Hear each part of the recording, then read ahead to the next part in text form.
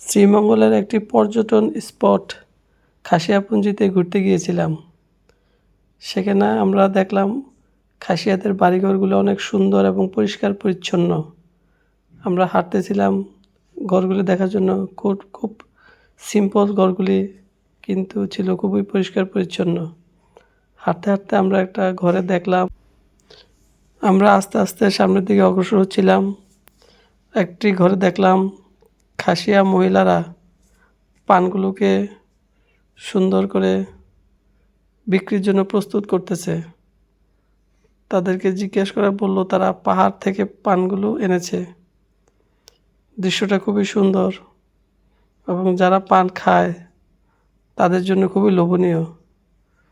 আমরা একটু সামনের দিকে অগ্রসর হতে থাকলাম। তাদের বাড়িঘরগুলো দেখতে লাগলাম। তাদের প্রত্যেকটা ঘর খুবই পরিষ্কার পরিচ্ছন্ন। আমরা হাঁটতে হাঁটতে একটু জঙ্গলের দিকে গেলাম।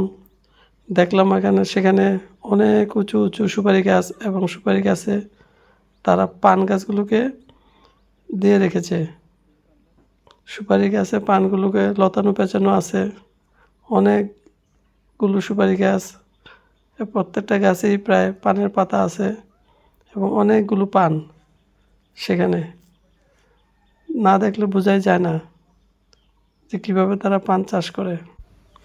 প্রায় প্রত্যেকটা সুপারি গাছেই লতানো পেঁচানো আছে পান গাছগুলো, এবং এক একটি গাছে অনেক পান আছে।